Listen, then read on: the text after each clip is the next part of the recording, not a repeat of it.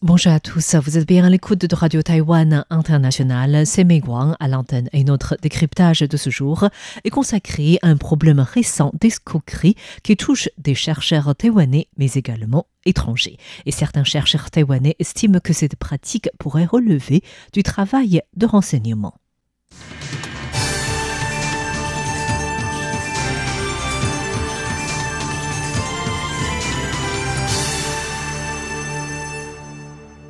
En mai dernier, un jeune chercheur taïwanais, Tu Jingwei, a reçu un mail signé du think tank Voice Tank lui invitant à analyser les relations entre la Chine, le Vatican et Taïwan après l'inauguration du pape Léon.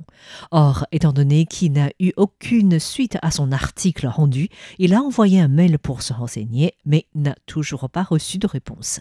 Il a ainsi directement appelé Voice Tank pour réaliser qu'il avait été arnaqué. En plus, il était dans l'impossibilité de contacter la personne qui lui a envoyé le mail puisqu'elle a eu recours à un compte Gmail à usage unique. Les mails utilisés par l'autre partie étaient un compte dit immunisé qui ne pouvait pas être retracé du tout. Tu Jingwei a souligné l'impossibilité d'identifier la personne qui l'a contacté.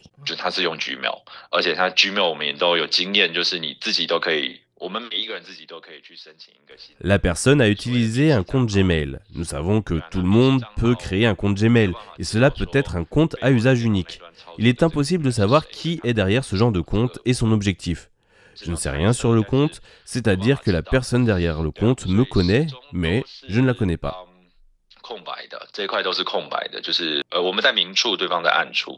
Or, le cas de Tu Jingwei n'est pas isolé. Un mois plus tard, soit en juin, Liu Yanzi, une écrivaine japonaise d'origine chinoise, a également reçu un mail de la part d'un média local japonais qui a déjà plus de 100 ans d'histoire. Le journaliste qui a signé le mail l'a invité à répondre à quelques questions sur le projet de la Chine d'organiser un défilé militaire à grande échelle, sur l'impact que cela aurait sur la communauté internationale, en particulier dans la confrontation avec le régime américain et sur d'autres questions liées à la diplomatie et à la politique entre la Chine, les États-Unis, le Japon et Taïwan.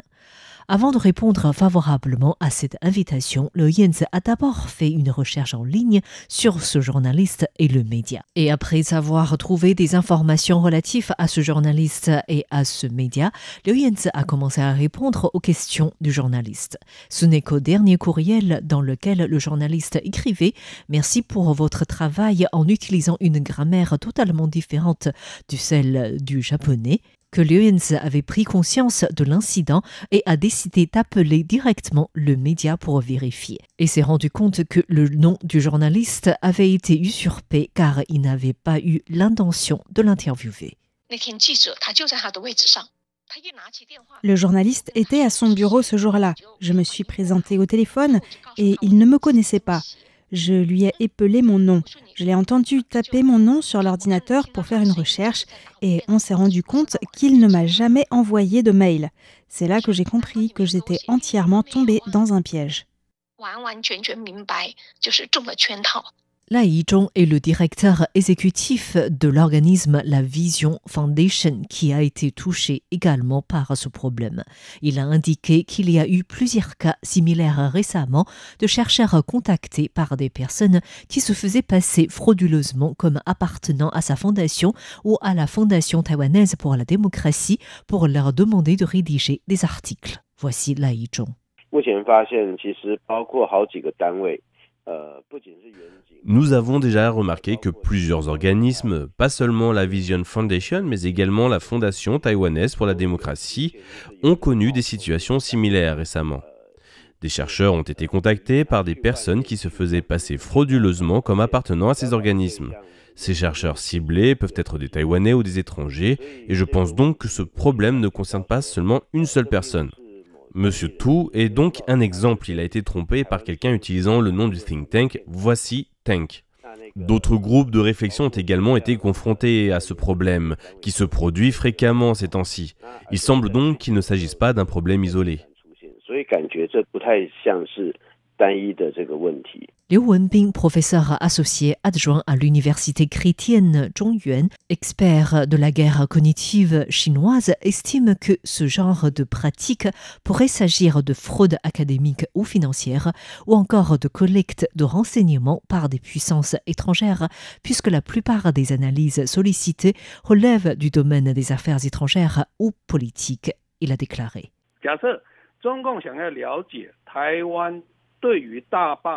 Supposons que le Parti communiste chinois souhaite comprendre la situation actuelle de Taïwan concernant le mouvement pour la destitution de certains députés et analyser sa genèse et ses conséquences.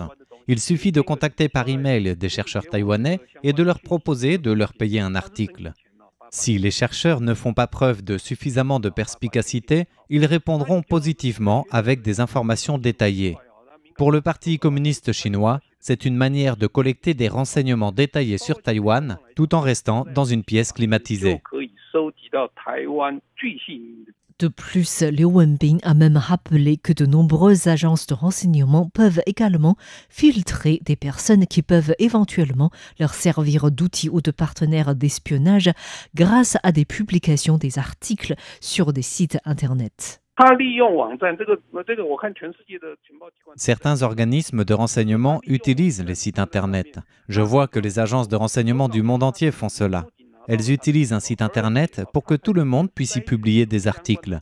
Mais par la suite, ces agences ont non seulement obtenu des renseignements à partir des articles, mais ont aussi sélectionné des personnes concernées pouvant leur servir d'outils afin d'obtenir des renseignements. Liu Wenbing a également observé qu'en réalité, les cibles privilégiées des services de renseignement pour la fraude concernant les chercheurs sont souvent des jeunes chercheurs en début de carrière qui cherchent à se confirmer. Pour Liu Wenbing, l'impact n'est pas seulement personnel, mais s'étend également au domaine de la sécurité nationale dans son ensemble. Par conséquent, il invite les chercheurs à être vigilants et à toujours choisir des revues ou des institutions réputées lorsqu'ils sont invités à publier. Merci à tous d'avoir suivi le décryptage de ce jour consacré au récent dossier sur l'escroquerie qui touche des chercheurs.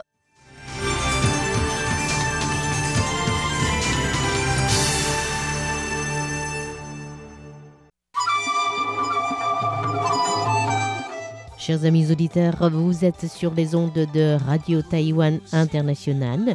Si vous désirez nous faire part de vos suggestions, de vos questions ou que vous souhaitez recevoir des informations sur notre programme ou sur la radio en général, vous pouvez nous envoyer un courrier à l'adresse postale suivante: Service français, Radio Taïwan International, boîte postale 123-199 Taipei, code postal 111-99 Taïwan.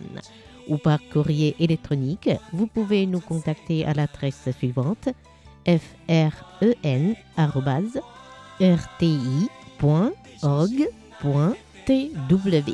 Merci d'avance de vos courriers.